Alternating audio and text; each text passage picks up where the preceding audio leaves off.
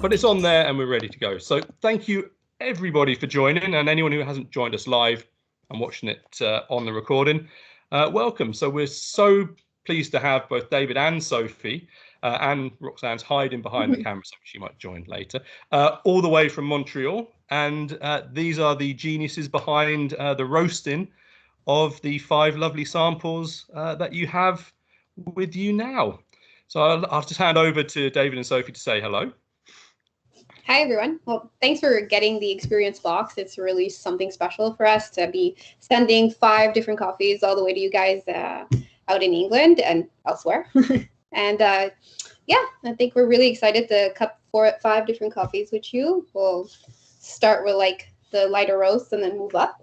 So yeah, I don't know if you wanted to say anything else. Yeah, that's it. And like I'm David, and we're almost out of the natural and the honey process from Papua New Guinea. So that's why we wanted to include. It was like a super limited drop. It's always kind of limited, but also with COVID, the shipping in the containers and committing to coffee was really hectic the last year. Now it's way better. So these are like really fun coffees, and you can cup in basically any order that you'd like. But for me personally, I arrange them because I know the coffees well, and I arrange them in an order that I think is going to be a bit more enjoyable to go from one to the other, at least at first. So we are going to start with the Shundisa, the natural Ethiopian, which is very floral, kind of delicate, but yet sweet. So we're going to start with that one. Then we're going to jump straight into the really, really funky one, the Papua New Guinea natural. So this one is crazy fruit punch. It's got all the fruits. Like everything in there. All the fruits, to be honest. Like we've had people mention, I think we're up to like 18, 20 fruits that people mentioned so far to us that they had in this coffee. It's pretty wild. Then we're gonna go to the washed version of the Bahoya, and then the honey, and we're gonna finish with the Churupampa from Peru. That's kind of a little bit more of a round coffee classic. Exactly that. So we're just gonna finish with that. But if you arrange it in different orders, I'm sure you're gonna enjoy it as well.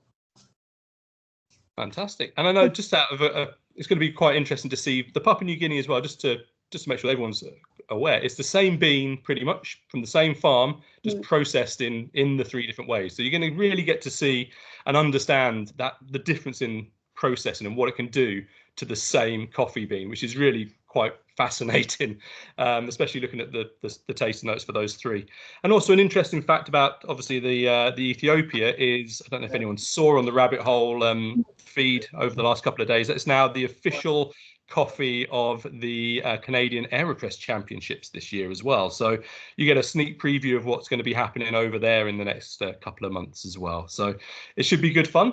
And yeah, Sophie and David, if you want to run the cupping today, because we had a slight unfortunate issue when we had to send our box out to a subscriber because it went missing with Royal Mail. So I need all of you on the call to really kind of bring alive the tasting notes for me, so I can really enjoy what's happening. So I'm relying on you. And at any point, if you've got any questions, feel free to either tap it into the chat window and we can kind of bring it up. Or if you want to just kind of open your mouths, we're also happy to hear as well. So yeah. And this also, is cup in and enjoy it.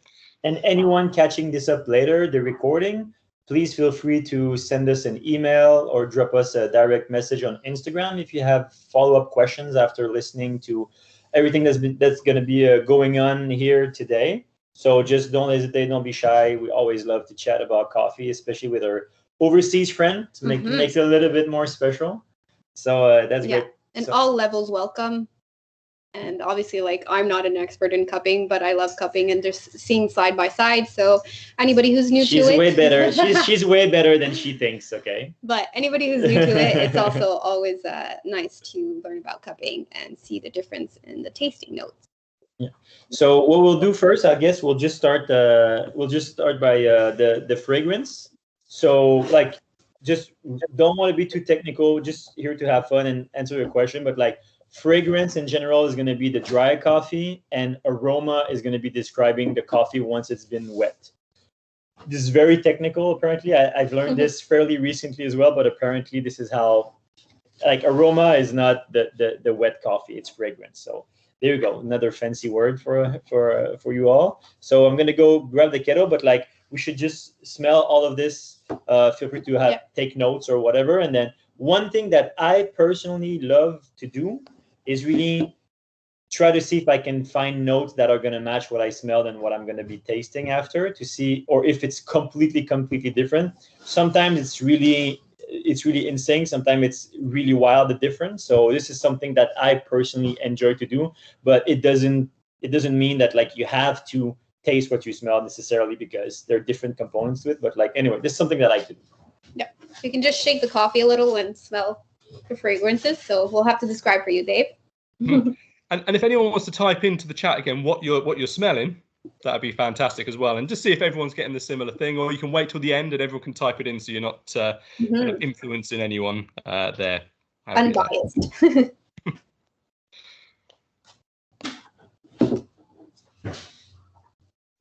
It's actually fun. I don't think we've done these 5 coffees together yet. No. This one.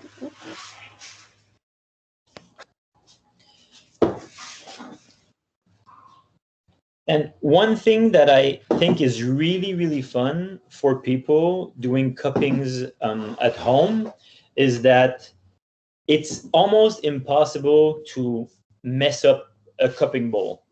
If your grind size is in a certain range, there's no filter, there's no pouring techniques that you need. You don't need a gooseneck kettle.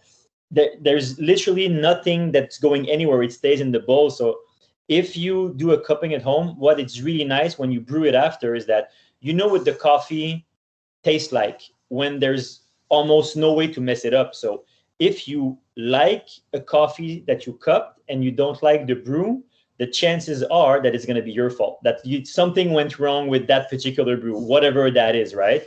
But if you cup the coffee and you have notes that you don't particularly like on the cupping table, then this is going to be the coffee's fault, either the green coffee or either the roaster's fault. It's not like a fault, things happen. But also what's nice about cupping is that depending on what you taste that you didn't like, you can kind of tweak your brewing for after that. So you can try to diminish the thing that you don't like. So people think that cupping is just for professional, that you need very fancy golden spoons and things like that, but you don't need none of that. You just need any type of vessel,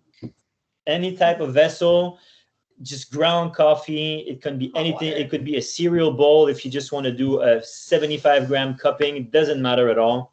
And after that, it's just good fun, and it's experiencing the coffee pretty like raw, no filter. And then it really helps. Even today, when I cup a production, it really helps me brew the coffee better afterward, because I know what I have to play with. So it's a very fun experience. I really love cupping. It's my favorite coffee activity. I love cupping way more than roasting, way more than brewing, way more than anything else. Cupping is really where it's at. So this is a treat. Yeah, it's very nice. And its consistency is really the key when it comes to cupping, isn't it? It doesn't matter what your grind size is necessarily within those parameters, as long as it's the same for all of them. So you're giving all those coffees the same chance. Just making sure it's consistent across the board. And then, otherwise it's, what's in there's in there.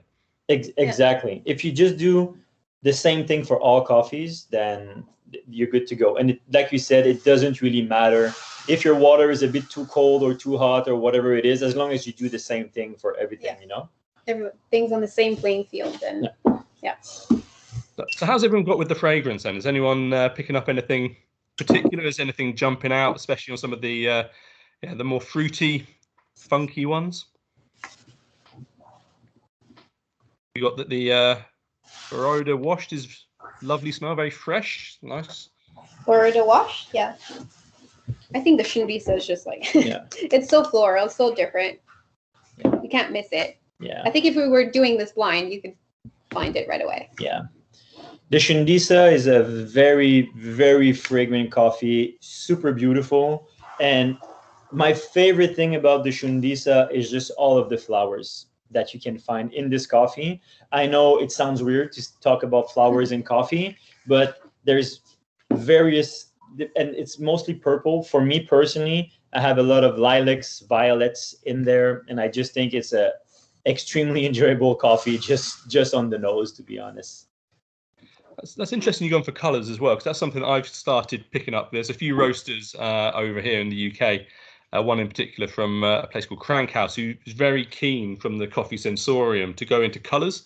It's something I've started to get more into in terms of yellows for tropical fruits and oranges for kind of some of the citrus flavours. So it's interesting, purple, and hence I guess the bag as well. So you've got the bag's colour. It's got that purple on it as well. So I'm assuming that's coming through for that. Yeah, we used to do like that color that would come out the most in the coffee. We would do the design of the label. See, like last year when we sent you the kaku, there was the red pastille dot. I don't know how you say that in English, but the red dot just describing the color of the coffees. But now we've done like the whole more creative labels, but they're still like on the Shinvisa, you can see on the bags there, but the label is very purple. There is the lilac design in there.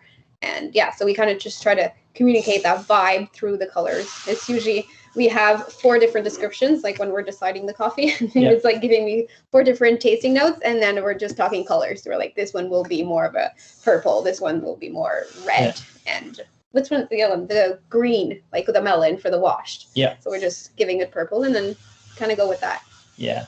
Like cupping in colors is really fun, and basically just take the like top 2 or 3 things that you taste in the coffee and just imagine the color that would be of all those ingredients in the blender, and that's basically how we decide our label color. It's pretty much it. So, and then the P&G natural, probably the fruitiest of all the coffees on this table for us. It's very tropical, very orange yellow. I really like this coffee too. And then the washed I think is interesting because it's classic, but it's also a little bit funky. So you get a little bit of both worlds. That I think that's why this one is super interesting. And then the honey one. The honey process is probably of the 3 coffee, the one that kind of like stands out the most, especially on the nose. But there's a very nice tactile sensation that are going to come later when we actually like taste this coffee. And then the Churupampa from Peru, the most classic coffee of all chocolate, nutty, a little bit of acidity, but like this is a morning chuggable coffee, just like exactly that. So and then we're going to be ready to just wet those coffees.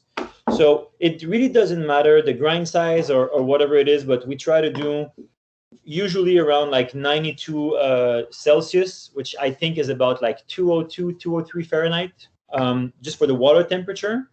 And and again, it doesn't matter if you have 6 grams or 14 grams in your vessel. We tend to do about 17-to-1 ratio for cupping. So whatever amount of dry coffee you have, multiply this by 17, and is going to be what we like to cup at in terms of ratio. So for us, it's going to be 13 for about 220. And for anyone with the email, if you're going for the smaller cup size, we went for about 8.5 grams to 150 mil. Okay, that's perfect. Just because we weren't sure whether everyone was coming with teacups or not, as it turns out. But I'm sure the team at Ancestors have got the proper cupping set out, or have you gone for coffee cups and teacups as well over there? Yeah, so we have a proper setup. We have our cupping bowls, and they're black on the inside, which is really nice because we cannot really judge by the color. It kind of like mitigates the color effect, so it's really nice. So you guys are well set up. You all have the good cupping bowls and everything. Yeah, there's some professionals who have joined us. So, and I still like the teacups personally, and the mugs. Yeah. That's my favourite so far. So if I'm going to give a prize for the best cupping vessel, it's going for the mugs. Yeah. And just while everyone's pouring, what's everyone feel of that kind of? Because we've got a good split here between washed and naturals, and then that honey in the middle as well. I mean, does everyone have a preference? Because most people do by this stage of their coffee career around naturals and washed. It'd be interesting to see whether what you've got in your head about I like naturals, whether that kind of holds true, and whether actually some of the other ones on this cupping table will come out and say, do you know what? I preferred the washed this time. It'd be interesting to see if it can, challenge your perceptions on that. Yeah, absolutely. That's why it was fun to have. It's really rare that you can have 3 processes from the exact same tree. So that's why we were really excited about this. To find 2 processes with the same trees, you just have to dig a little bit with your exporters sometimes and import companies. But in general, it's not that hard to do, and mostly it's going to be 1 wash and 1 natural. Like in general, this is going to be where it's at. So now they've added the honey to the process this year, so it's like really fun. So I don't know if you've started a timer when you started to cup, but usually we wet the coffees, and after 4 minutes, we're gonna do what we call breaking the crust. So it's basically gonna be really close to the cup like this. You just take your spoon, and we're gonna go really close, because when you break the crust, there's a lot of aroma that are gonna be trapped under this little kind of top layer. So we're just gonna go and stir like this. And again, it doesn't matter how strong you stir, 2 times, 5 times, as long as you do kind of the same thing for every single coffee. And don't worry if you get your nose burnt in there as well. We've all done it, so don't worry about that. Yeah. I keep doing it all the time, and I've cupped more than once.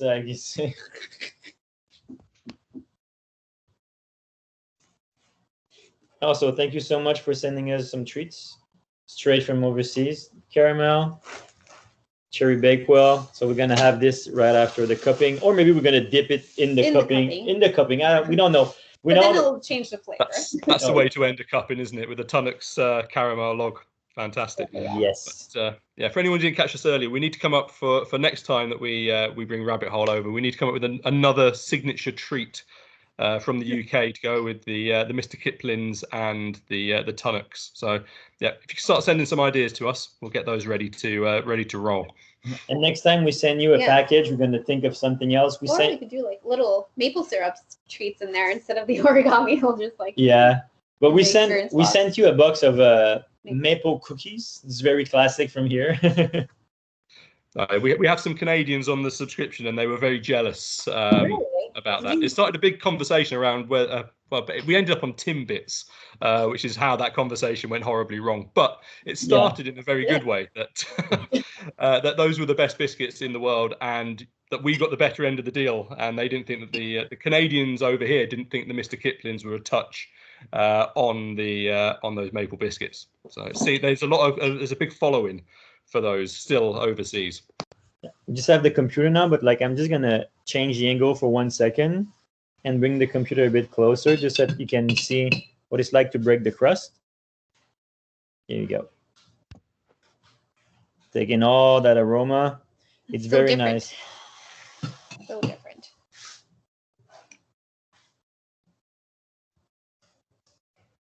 There we go.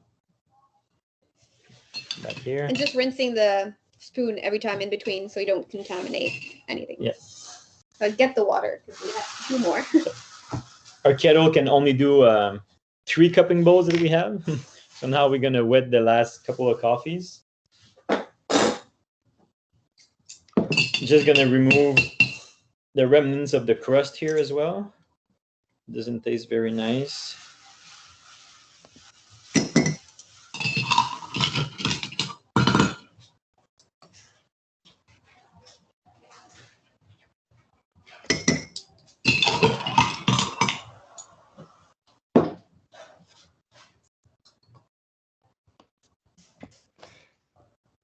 And is everyone doing okay so far with the grinding, the pouring, breaking the crust? Is there any challenges? Everyone still okay?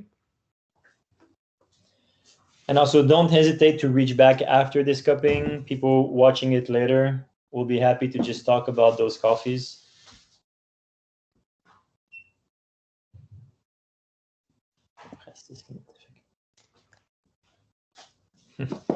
I just want to eat the Tunnocks, to be honest. That's all I'm thinking about. You can dip it in decaf in front. Because it's lunchtime here, so we didn't have quite enough time before the cupping to have our proper lunch. So we just had snacks, and now we cup. So I just want to have more snacks now. So you done for the rest of the day then, Dave? Just eating snacks all the way through. It's gonna snack all day. It's a good day. Also, feel free to just like taste the coffees whenever, kind of like after the 6 minutes mark. I would say where there's going to be enough extraction to taste something, but it's really, really warm. I personally like to start to taste after about 10 minutes, just to let the coffee extract a little bit more, but just purely on the physical side of things where it's like just warm. You don't want to burn your tongue before you taste all 5 different coffees, and you can't taste anything. So be very careful with that very, very first sip of coffee, because the rest of the cupping is going to taste pretty much the same thing if you burn your tongue on the first one. We've also all done it, like burning your nose. We've burnt our tongue, and then we all get dirty from the cupping sometimes too. So I have a pale sweater now, so that's risky business, but we'll see. I thought that was quite a bold move for a cupping. That's a very clean shirt. Yeah, it is clean, but I used to wear white all the time as a barista. I don't know why, and somehow like I would not get so dirty. Like it's just, like you are very meticulous. And now I wear black, and I always get dirty.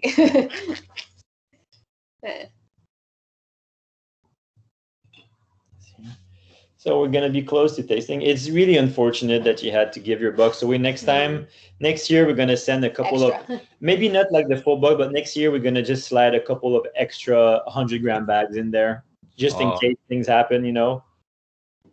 That's fine. I'm looking forward to hearing what everyone says about it, and that's what we want to see more than anything. Seeing everyone's thoughts on it. And it's interesting when you do taste it. Obviously, we're going to be tasting it as it cools down as well. So you're going to taste it like 8 minutes, 10 minutes, 12 minutes. And it's really interesting if you haven't cupped before to make notes at each one of those about what you taste, because it's very likely by the time it cools down, you're going to be tasting different things. So it's really interesting as you kind of go through just to see how cooling down coffee, what that actually does to it and what it highlights and what it reduces. So make sure you're kind of paying attention each time you cup it. Don't just cup it once and write a note down and then finish. Yeah, for sure. And also, if you don't like the coffee at first, not just those, like just cupping in general, it's really good to wait. Like sometimes I cup the coffee after 40 minutes because it keeps extracting. It's cold now, of course, but so I just did a cupping, I would say like 2 days ago, just for coffees that we potentially will buy. And there's one cup on the nose and the first few sip, and I was like, oh wow, I was like, this is like really not my type of coffee. And then I came back to it after 30 minutes, and honestly, there is no way that we are not buying this coffee. It's like, and then you brew it, and then you can you can see the differences. Exactly that. So you got to give it a chance before the first 10 minutes, basically. Yeah, for sure. So that's it. So we're probably gonna end up buying this coffee, but the first few sips, I was like, oh, there's something that was really throwing me off. But then we also, like Sophie said, it's really rare that we're going to buy coffee just off of the cupping. We like to brew it once as well with like a proper filter and whatnot. And then this particular coffee, we brewed it this morning just to be safe, that like it was not just like good cold after 35 minutes, which would be pretty limiting for people drinking this at home. And it was a very, very like funky, but very interesting and sweet coffee. So we're just about past 10 minutes now. So we're going to start slurping. And also, you don't have to slurp loudly. You can if you want. Don't say that, David. They have to slurp. Everyone has to slurp. We need to hear at least one slurp from everyone. You have to at least try slurping. But like all jokes aside, one of the advantages of slurping loudly is just that you distribute the coffee, like you solicitate everything in your mouth, your tongue, your palate, your retronasal. So it really gives you a really good overview. And I view this as taking like 1,000 tiny sip of the coffee, but all at the same time. But then when I wanna see mostly for the aftertaste, how the coffee lingers. For this specifically, I like to not slurp at all. I like to just take like a bit of coffee in the spoon, and then you just take a normal sip and just drink it like a regular coffee. And this is gonna really help me for texture and for the aftertaste, like how like the body of the coffee is and how long it lingers and how nice the linger is. So and don't be afraid to spit. I will spit all my coffee, especially you guys. It's 6:30, kind of late. But yeah, if you don't want too much caffeine intake, just like wine tasting, you can spit it. Although the wine I would keep. So yeah. All right.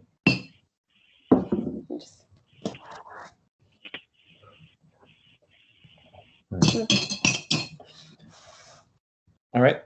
Slurping time.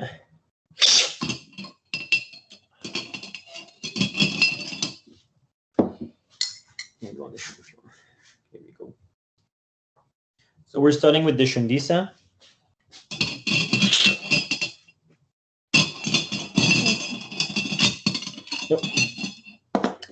Spoons in there. Yeah.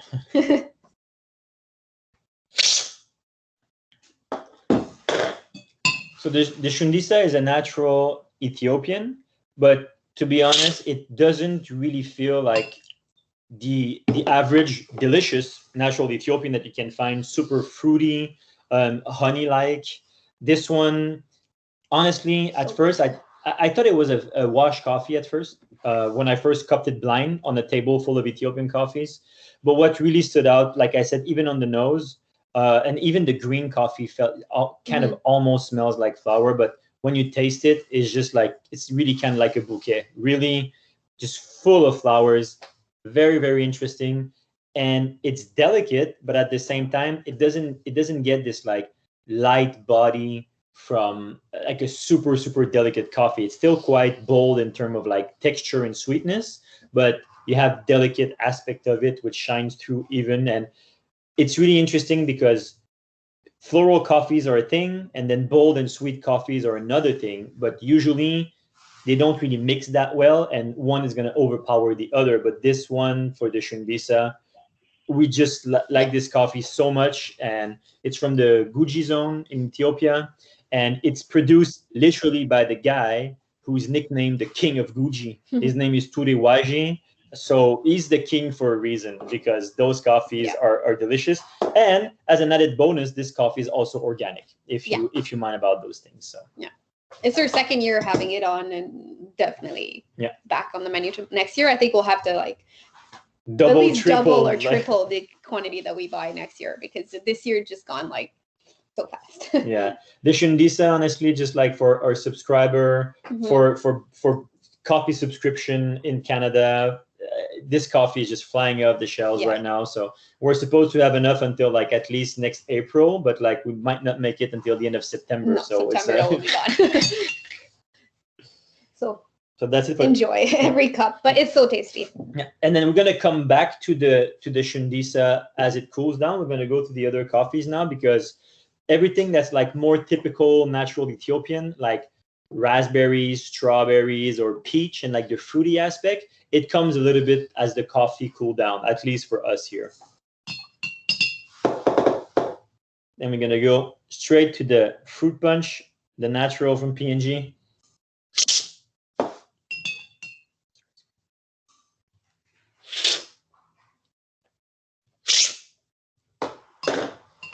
This coffee is almost all fruits, to be honest. There's the sweetness that could be like dark honey or something like that, but besides that, sometimes you can add a bit of chocolate, a bit of nuttiness, a bit of sugar, a bit of fruits, dried fruits, spices, and you can have different categories. But for this one specifically, the category is fruit.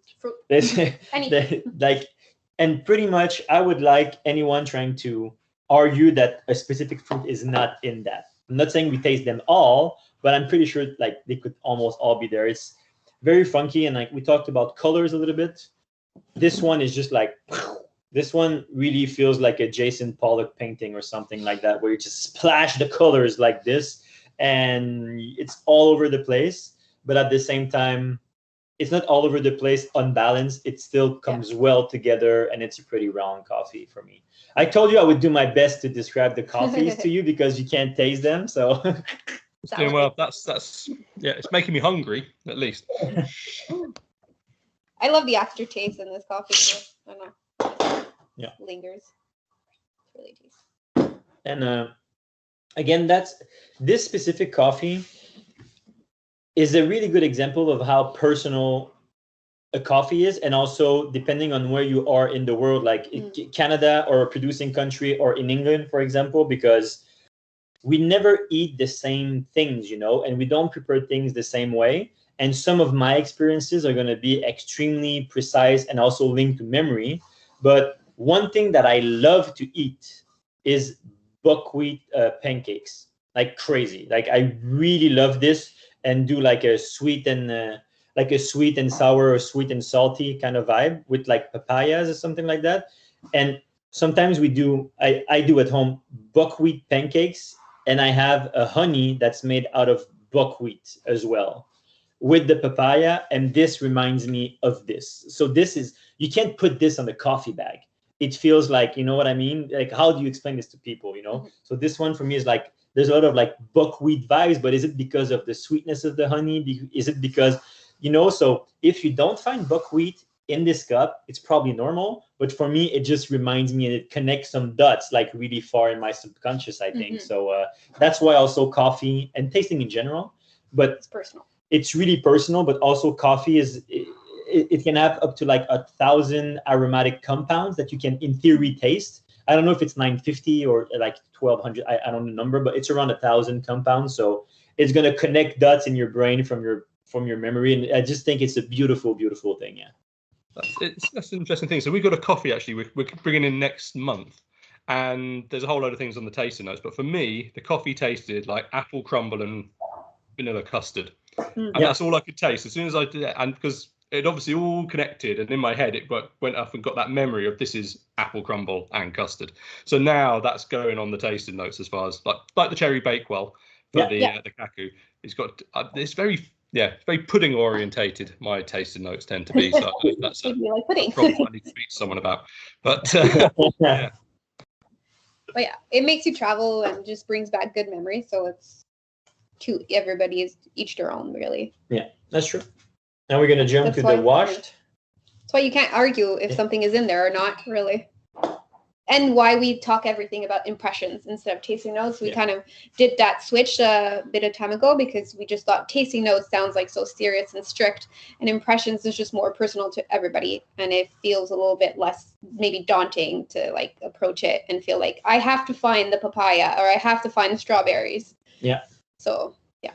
For example, people down that way, can't it? So if you put papaya on there, people are looking. Yeah. For papaya. So you've already kind of got that in their mind. So it's interesting to change the vocabulary a little bit, but still giving them an idea of it's a fruity coffee, it's a floral coffee. Exactly. Yeah. Let's jump to the washed from Baroda now. I did this.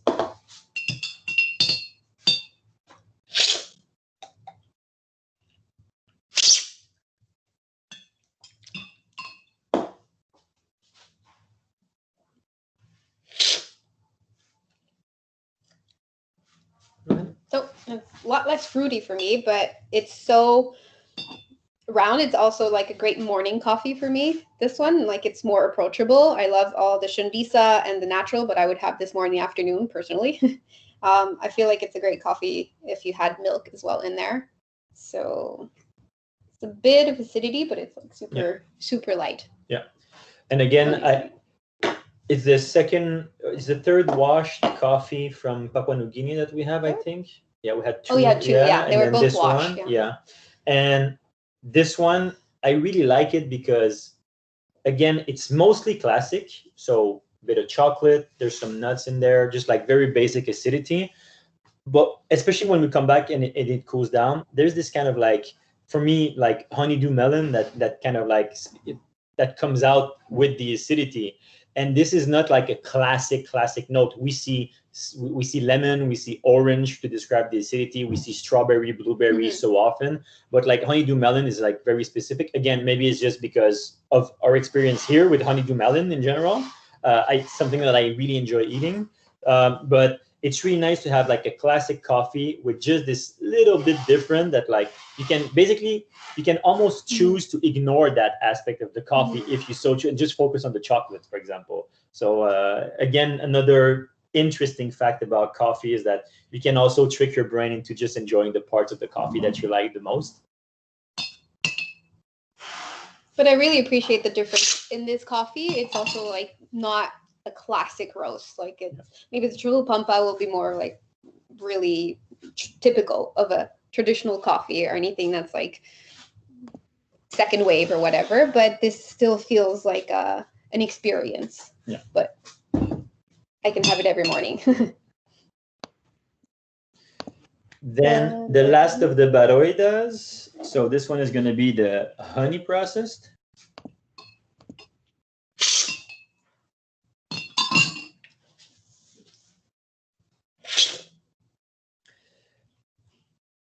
And this is very interesting again to have those three processes side by side. And we love to talk about like impressions, just because when I drink the baroida honey, if it was like a blind cupping, this really gives me strong impression of a natural Ethiopian. Mm-hmm. Just for me personally, I've tasted natural Ethiopians that are going to be really, really close to that. But Papua New Guinea and Ethiopia, they're not close. Like they're not like, it's a pretty big trip to go from one to the other, right? So that shows that like coffee is like maybe not that much about where it's coming from, but probably a little bit, of course, but also how the coffee is processed, right? Because the natural and the wash baroidas are super different, but again, it makes sense that it comes from Papua New Guinea. And if I compare with other naturals from Papua New Guinea, other wash from Papua New Guinea, I see this kind of pattern of like super fruity naturals, but tropical. And then the washed are going to be classic, but with this little twist. But then the baroida honey, for me, I see almost nothing that connects them to the first two. For me, it's just like a complete disconnect from the first two coffees that we tasted from PNG. So again, for me, it's the baroida honey is going to be, in a sense, almost closer to the shundisa than it's like brother and sister right next to it, you know? And all of that done with processing. So the same raw material was in all three. And just the difference between sending it through washed honey and natural has completely changed to get three completely separate taste profiles. And we've got Joe says he agrees with the melon for the washed, and Dave again, fruitiness still lingers, lovely sweetness. So it's people are definitely kind of following those impressions, I think. But three completely different profiles from one bean is really interesting. Yeah, it makes it, and for me, it kind of challenges the notion that we have when we call something about like terroir, and we just like really say we're really like a sense of place. And I've had coffees from Mexico that reminded me of Kenyan coffees.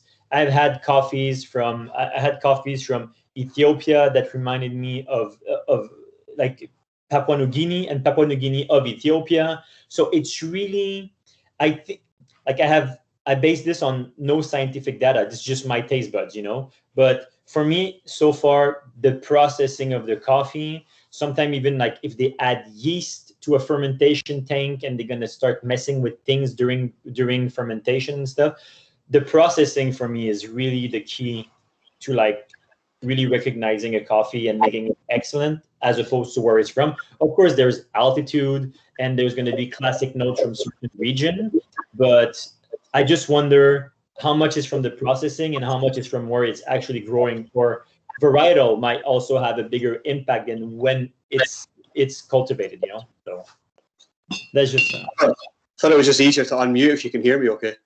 Yeah. Oh no. Yeah. Yeah. Perfect. This is Isle of Man calling, rocking the Irish Sea. I wonder, because I know about how natural gives the taste profile it does in terms of the kind of the fruity flavors and things because of the way it's washed. But what's the difference with the honey processing? How does that actually work, and how does in comparison to your natural or your kind of standard washed bean? What's the variation there? Yeah, so the wash coffee is basically you pick the cherries You bring them to a mill. They take as much as they can with the machine of like the skin, the mucilage, and then they can decide to either let it ferment just like in a concrete tank with no water or underwater. So that's going to be kind of the basic. The natural, it's easy. It's really just like you take it. Sometimes they're going to make them float because the floaters are not good. It means that they have like defects sometimes in them. Exactly that. So what sinks at the bottom are the good cherries, and then they're just going to let them dry. In the naturals, they can decide to go full sun for a couple of days, no sun, shade. They can prolong it. They can go faster. But in the honey process, it's really just they're going to take the cherry out, and then they're going to set the machine to decide how much of the mucilage you're going to leave on the coffee bean, like literally. So this is really the difference is going to be how much. First of all, is like there's no skin like in the natural, but there's also a lot more skin than like the wash, and they don't put them underwater either. So if, for example, I don't know if you've ever seen like black honey process, that means that they left about 90% of the mucilage. So a black honey is going to be really close to a natural because the only difference is going to be the skin that wasn't there during drying. But then you can also have like a 10% mucilage left only, which is called white honey. And this is going to be like a bit brighter, a bit more acidity, a little bit more funky, fruity. And then the classic ones where it all started, just like they usually leave about 50%. So there's a wider gap between the natural and the wash, and the honey fits this space and it becomes its own coffee, as opposed to being like almost a natural or like closer to a wash. So like usually a red honey process leaves about 50% of the mucilage. So these are the big difference. But in terms of the wash versus the two others, is that really often the wash is going to be submerged in water, and sometimes they can even add yeast to it and then really control the environment in which it ferments. As opposed to natural and honey processes, it's really hard to do this, and it's really rare that you can add stuff. I'm not a processing expert. Maybe they do this. Maybe they sprinkle some yeast on top of the cherries. I have no idea. And sometimes maybe they will do it for a short period of time, like in concrete, before they may let them dry and then wash the rest away. Like I'm not an expert on that, but these would be like kind of the main difference. So you've got like a little bit more fruitiness in a honey process than you would often in a fully washed coffee. But in general, you won't have this fermenty, really, really funky taste that you can get in the natural from the same trees. So I don't know if this answers your question. Yeah, no, that's good. Thank you. Okay, so that's like the gist. And again, I want to repeat this. I'm no processing expert. I've never processed coffees. I never give feedback to farmers about how they should process their coffee because it's not my job. They don't tell me how to roast the coffee. I don't tell them how to cultivate it and process it. So we just try to focus on what we do. But from my understanding and my talks with different people, this is what I have so far. Yeah, I was always kind of confused why it's always referred to as honey, because it kind of is like a bit of a misnomer of like what it is. You know what I mean? It doesn't compute with what the actual process is. It comes from Spanish, I believe. So it's the Spanish word for what it looks like when you take the skin off. It looks like honey, so it's the Spanish for that. They call it the same as in French, actually. They say miel. Yeah. Yeah, it probably looks like it's covered a little bit. Yeah, that's glistening, which comes through. But then we've had some people, and it's interesting because obviously with the big vegan movement at the moment, we've had a couple of people contact us and say, can you replace our honey processed coffee? And then we just have to explain that actually there's no honey in the process. You're absolutely fine if you're vegan. So that's how it comes through. Yeah. We've had people reach out to us when we put the peanut as an impression, just to make sure that not their kids, but like that if their kids are allergic to peanuts, if they can brew the coffee next to them. But so now, to be honest, we rarely put peanut on our bags. We just put almonds or something. It's a less common allergy. So. Now we're going to jump to the Churupampa. And yeah, this is truly, in my opinion, the definition of just like a classic taste profile, where there's mostly chocolate and nuts, very, very mild acidity, if any at all. And beautiful coffee. This makes very, very good espressos. Very Tasty lattes. Yeah, tasty lattes, and it's also excellent with milk and sugar. We don't like, we're not those types of roasting people. Would say like you cannot put milk and sugar to our coffees. It's excellent. So you can slurp it up. Oh, it is slow. This one I can smell. So this one. Oh, you can smell. Oh, that's good. Yeah. Oh, because we sent it to you in the first batch, right? Yeah, Did that's we? true. Yeah. We've had it for since April. And we have been doing quite a lot of espressos with that one. So yeah, I can agree in this one. We can concur that it holds well.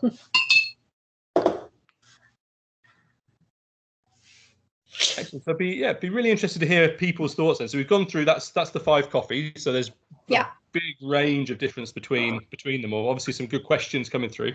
I'll be really interested to hear kind of what everyone thought of them really. Do you have, dare I say even, do you have a favourite out of the 5 yet? Do you feel? Is there one, and is it the one that you thought you'd like most?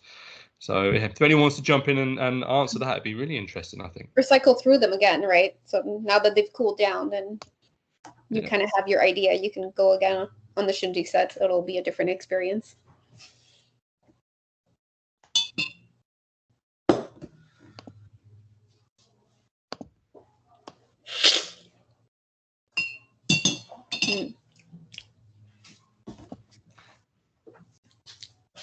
And does anyone have any other questions for Sophie and David?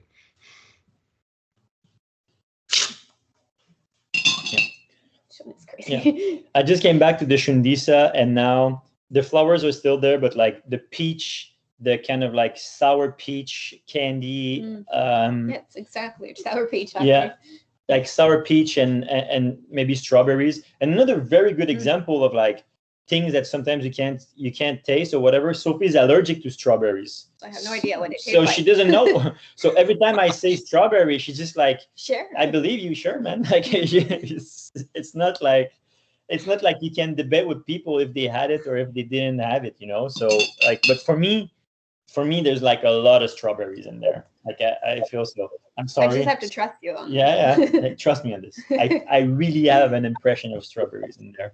So I would kind of agree, but I actually think it's very similar to lingonberry, which is very popular in Sweden. It's what they usually have with the meatballs. It's the IKEA one, isn't it? Yeah. The lingonberry sauce in IKEA. Oh, okay. What color is that berry actually? Is it like kind of a really dark red or like really close to like pale black or like dark blue or? A bright red, I seem to remember. Kind of a really quite vibrant red. Like almost red wine red, right? Something like that? Like a red currant. Okay. Oh, okay. Okay. Yeah, I agree. And there could be and there's also like, again, this is me, but like if I want to see what it could remind me of as well for other people, if they're more familiar with other things, I would say it could almost be like tart raspberries. I could definitely see cranberries being present in this coffee as well, because there's a little something that's a little bit tart, a little bit bitter, but not bitter from the cup, from like roasting, bitter from like a fruit. So, you're back. Yeah, you're back. You're back. Yeah, I was just as I speak there. Yeah, I find for the Shundisha, for me at least, it was a little bit bitter to start with. And now I've just had it again, and I now get that sour fruit punch, which which you get completely in the natural Varioda. It's just like full of fruit, and that's kind of what I expect with natural. And so it's quite weird with the Shundija that it comes a lot later. That sort of punch, and it's more kind of tea-like and more sort of floral to start with, and then it gets that sourness creeps in. Yeah, no, for sure. Fine, isn't it? The acidity, or as it cools down, the one thing which really comes out at that point is the acidity really comes up. So when you taste it straight away, that acidity is masked by some of the heat. So as soon as it cools down, as it starts getting to about 60 degrees, then that acidity will really come out, which is why the sour fruits are really showing at that stage. Yeah, no, absolutely. And compared to the natural, like the natural is even like more fruity now. It's just like more ripe fruits, cooked fruits, as opposed to fresh fruits. The more it extracts. So again, like the natural coffee for me from PNG, like this is not the type of coffee that I would love to drink every day. But when you want something like this, there's like kind of no substitute for it. Like you've got to have something that's going to be as funky as this. But like this one, and also one of the only things with this type of roast and this type of coffee flavors is that unfortunately, like it's not the absolute best with like milk and sugar. It might become a little bit too funky. Again, nothing against people putting milk in this one, but just purely from like a taste perspective, I think there are going to be way better coffees to pair with milk than this natural from PNG actually. So it's not about like we're against milk or for whatever. It's finding the right coffee for the right coffee drinker. This is what it's all about, right? And I think that one you pour probably over an espresso as well. Sorry, Dave, I spoke over you. No. I was going to say that's more like you would do a pour over with that. Yeah, I wouldn't use it for anything else. I would do maybe a cheeky V60 or something, or it might be quite good as a cold brew possibly. Oh, yeah. It's really good cold, yeah. Yes, we've got some more love for the Baroda Natural. It seems to be a firm crowd favourite with all the fruit. So I think that's definitely a winner. The natural for me is, well, the washed is kind of the most balanced of the three. It's really interesting moving between those because you can see that the washed is closely related to the natural. You can get that, but it's kind of tempered down and balanced out. Whilst the honey one is, I still get a little bit of sweetness in there, but it is more, for me, chocolatey and those lower notes. Yeah. I agree with that too, and I just did the 3 back to back now, and my favorite of all of the PNGs for me is the washed by far. Just again, one of the things that I praise the most in the coffee is always going to be balance. Everything works together from the linger, aftertaste, the mouthfeel, the overall flavor, and how it interacts with everything. And for me, the washed version is really where it's at if I compare the three. I think they're good coffees, right? But it's even better now, and the sweetness is increased so much from about 10-12 minutes into now. And the Baroda wash now it's like really heavy, like on praline chocolate or like white chocolate. It became way sweeter and at the same time more delicate the more it extracts. So for me, I really, really enjoy this coffee. And that's also like reflected like in our buying decisions as well. So we got more of the wash because like we kind of think balance and everything, but we did get the one because I think it was a really great opportunity for people to taste the same coffee from 3 different processes. But like the washed is kind of not the choice, but no, but where the it's way at, to go, like where's that? Yeah. So like of course so that's also a good example. So we sold a lot more natural and honey than we did washed. But for cafes, we sold way more washed coffee than we sold the other ones because in terms of serving coffee to a lot of different coffee drinkers, then especially as an espresso, then the Baroda wash is a good espresso, is a good filter, and it's going to be pleasing to more people, which is why it's more popular in cafe than online. And then finish this. So I just did this one.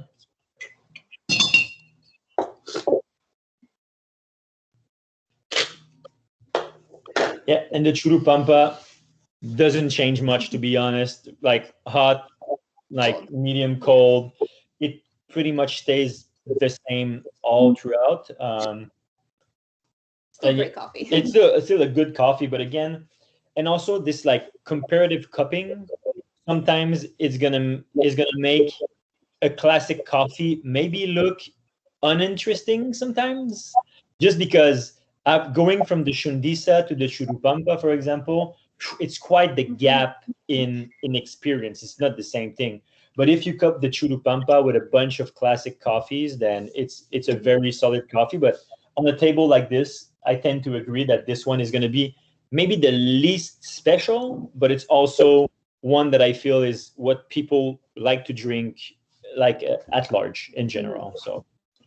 And that's really interesting when you're setting up your table as well, because we've fallen victim to that when we've set up a table of similar coffees and then we've just put something random in there. So we had a triple staggered geisha suddenly just turn up at the end of a cupping table, and by the time we got to that one, we had to scrap the table and come back the next day without that other one on there, because it just completely ruined the rest of the table. Not because the others weren't good, but this was such a different experience from that last one that when you set these up, and it helps the order that you put them in, so to make sure you don't suddenly get the fruitiest one stuck in the middle and then ruins either side of the table. Exactly. So it takes some thinking about if you know the coffees. Obviously, if you're doing it for the first time, it helps if somebody points you in the right direction. Yeah, I had that last year when I did the James Hoffman one, and I think he had the Robusta in amongst the mix, like randomly, and it was like serious tobacco-y, like, I mean, it was different spectrum altogether. So yeah, so that's a good thing that was the last coffee. Yeah, absolutely. Your palate is, because the palate is like in the caffeine content and like the bitterness of Robusta it can really mess your mouth for a couple minutes, really, like. That's fantastic. I appreciate we're at 7 o'clock our time, and we had an hour in. So if anyone's got any other questions or anything else to say, we're happy to hear them, of course. Otherwise, we'd just really like to thank you all for participating in this experience, and Sophie and David, thank you so much for sending such wonderfully different coffees over for us to experience. For anyone who picked up the cupping spoons, I hope you've been using them. They are very, very nice. There we go. So fantastic. And obviously, anyone who's on the subscription, there's another rabbit hole floating around the country as well, which is the Kaku, which is their China wash, the version of the coffee that we had last year. It's changed slightly. It's similar, very similar, but different at the same time. Very much like Rabbit Hole themselves, who have changed quite a lot since we last brought them in.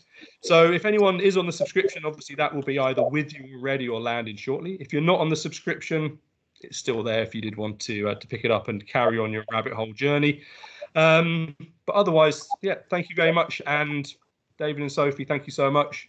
Thank you everyone for joining. Anyone who's watching this on the replay, again, you feel free to get in touch either with us here at Dog and Hat or with David and Sophie at Rabbit Hole, and we can talk you through anything you might have missed. Thank you, everyone. That was nice. Thank you so much for participating. And now we can enjoy the Tunnocks tea. And if anyone else has got Tunnocks tea cakes, feel free to talk. Tunnocks. You've got to enjoy them. I've got to say that as a Scotsman. So They're so tasty. They're really good. I just dipped it in the Baroida wash, actually. I was going to say, which one would it pair best with? That's what we can do as the final. Yeah.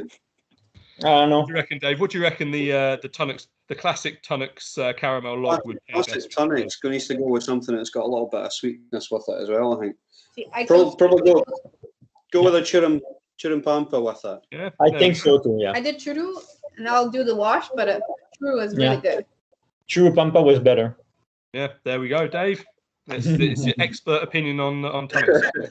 The Tunnocks expert. So yeah. Lovely, fantastic. Well, everyone, thank you so much again. And if you're on the sub, enjoy the rest of the coffee this month, and make sure you brew or put through the espresso machine the rest of the coffees that you've got, of course, in the tasting experience. Don't just leave it here. Make sure you enjoy them however you see fit. Yeah. And lovely. Thank you all, everybody, and look forward to speaking to you again.